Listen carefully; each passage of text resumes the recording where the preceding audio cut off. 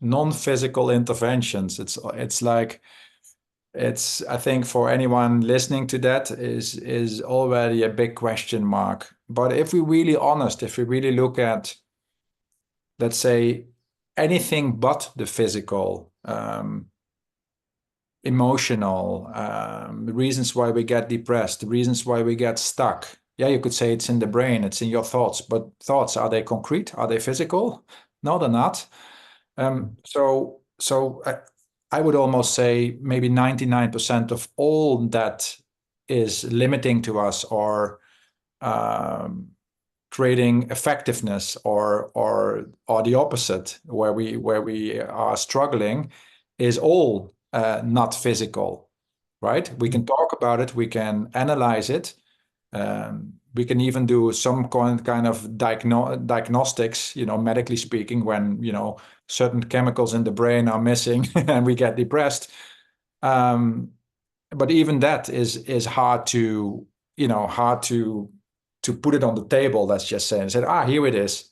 So we work primarily in the non-physical when it comes to coaching, but we're trying to resolve things that are there so that the person can live a happier life in something that is physically noticeable, where the person makes better choices, can live more in alignment with what they really want, can put their best foot forward. They learn how to become the best version of themselves and live the life that they want to live, which should be physically notable in the end, where even the people around that person will say, wow, you've really changed. You can see that you're shining, you're happy, you're living an amazing life, you're successful, your wife is happy, etc. To us, that is very physical, that is very tangible, it's very noticeable. But in order to do that, we need to look at something that is much more hidden, that could fully compromise the possibility for someone to navigate their life in such and such way.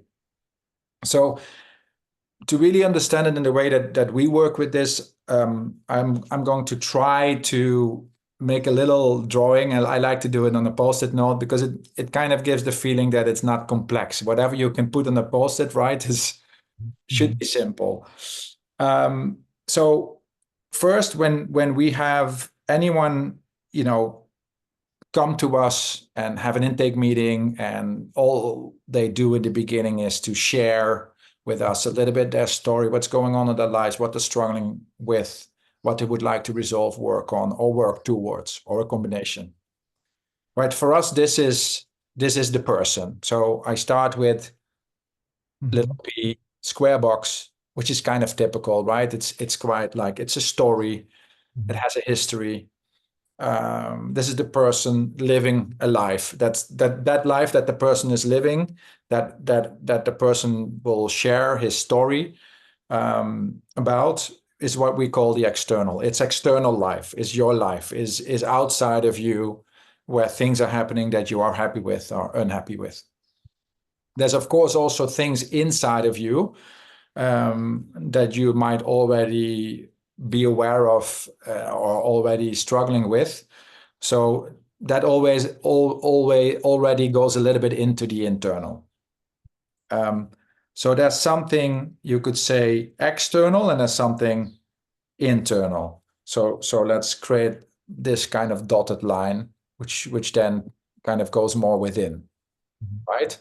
And so we believe that there's a difference between who you are and how you are. The personality and the way that you live and the way that you think is more or less how you are. Let's say, how are you doing? And you share me about your life and how things are going, which is constantly changing, how you are. But then also we understand that there is something like who you are, something that is not changing, something that is more internal. So that that doesn't change, and the person or the personality that lives a certain life, these two have to kind of come into alignment. And what we find often is that this relationship, this inner relationship, is not fully established. often when we start to look deeper in the person, we see that there's something like a block, which we in modern times we refer to as trauma.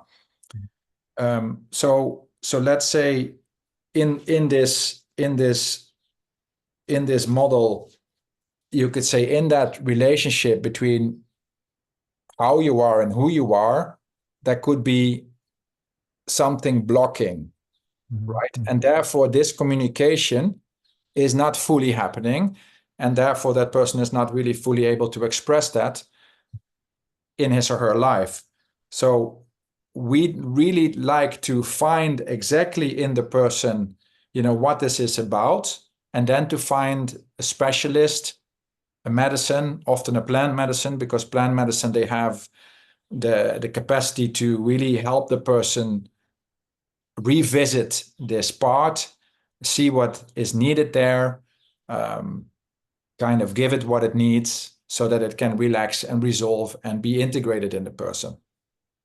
Okay, so just to touch on what you just said, the personality part, can we have a look at the sticky for a Yeah. second? Can you hold it to the camera? So we have the personality part is how you are. That's the external I part. tried, but I made a little mistake. So I will write it again. How and who. Yeah. And then the internal part is who you are. The external and the internal are connected to each other. The block can be the relationship between the internal and external. So the personality and who you are. Yeah, And the intervention, say with plant medicine, would be to resolve the block between the two. Is that exactly. Is to take this blockage out so that this communication can fully happen. And so that the person has the internal connection with him or herself Mhm. so that he's more clear and more conscious about the choices that the person makes. So a slogan that we came up with is I am in this, I know who I am, I'm connected to this authentic self. Yes. And therefore I know Mhm. what I want. And so I will now act and make decisions that are supporting that are in alignment with that, and Mhm. therefore create a better outcome, or at least an outcome that is more satisfying to me. So often people say, just to give you a very concrete example, I will coach someone and I said, look, how happy are you with the car that you drive? It's a stupid example, but just to make it more concrete. And the person says, yeah, it's a good car, it drives, it's fun and whatever. I said, yeah, but you know, is that really the car you want to drive? I said, well, it's good enough. See, and so the person will always justify. As a person, you will always explain or justify why it's a good car for you. But that's not really what I'm asking. I'm asking deep down, if you could really, can you really express, you know? So often a person will say, after asking 3, 4 times, when they start to understand, and I'm not going to let them off the hook, they'll say, yeah, okay, I would rather have, right?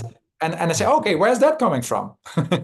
Yeah. Or often, when you talk about a client who's not doing so much physical exercise or sports, and it's clearly noticeable that the client could do a little bit better, and say, yeah, but I don't have time, la la la, I've tried, I don't like yoga, la la la la. And so they will explain and they will tell me their story, why they haven't been able or whatsoever. But then after asking a couple of times, they will say something, yeah, of course, I know I need to do a little bit more sports. I said, hey, where did that come from? Mhm. Mhm. Right? So apparently there's this deeper knowing that people often refer to as, yeah, deep down, or if I'm really honest, of course I know that. People will make these remarks and we take them for granted. But in our coaching process, we don't, because we understand that this inner voice, or this what these remarks refer to, comes from a place of blunt honesty, very grounded, very pure and blunt honesty. And if we could just connect better and relate more and listen more to that, what is called inner voice, or however you want to call it. Don't even want to make it any, sound spiritual, because it's actually very grounded. If you make a decision that is not coming from this place, then you have to wonder whether that decision is grounded enough, or what ground does it have, what supports it. If your own deep down is not even agreeing to that. And then if you make a lot of choices and you make a lot of responsibilities and commitments that are disconnected from that inner voice, or not fully in agreement, then how can you ever live a life or build something that in the end is going to be satisfying to you? Because all you then build is something that represents something completely different from what, oh yeah, I deep down. Right? So that's the whole understanding behind this: who you are, how you are, make sure that they connect. And often why they don't is because there's some kind of a restriction there in this invisible inner world, which we often refer to as trauma. And we have to heal that. We have to address that. We have to go to that place within that is still hurting, contracted, hidden often, some protection around. And we have to peel off these layers and really do the inner work so that we can bring the love and attention that this part didn't get, for example, in your childhood. And we have to give it what it needs so that it can relax and become a part of us and give us full access to who we are, so that we can make more honest choices and live honestly a life that is satisfying to us. And that to us is kind of the key to happiness, not so much this external compensation that is going on from the personality that is disconnected from the identity. Because when this inner connection is not fully established, then people feel that inside something is not whole or complete. And then this subconscious feeling of incompleteness then is externally expressed in greed and need and needing more, wanting more, or overeating or consumption of things that are not good for you. Or we try to find it in our relationship. And in the end, does that really work? Is that really the key to success? No, it's a compensation mechanism.